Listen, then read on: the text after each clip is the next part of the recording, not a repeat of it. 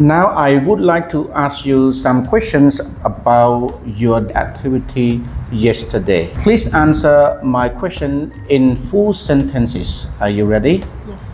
What time did you wake up yesterday? Today I got up at 6 o'clock. What did you do after you get up? After I get up, I woke my brother and my sister. What did you have for breakfast? For breakfast, I had rice with pork.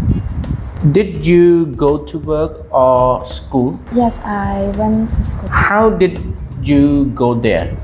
I went there by motorbike. What did you do in the morning? In the morning, I took a shower and brushed my teeth. What did you eat for lunch? For lunch, I ate noodle. What did you do in the afternoon or in the evening? In the afternoon, I watched TV and play with my sister and brother. What time did you have dinner?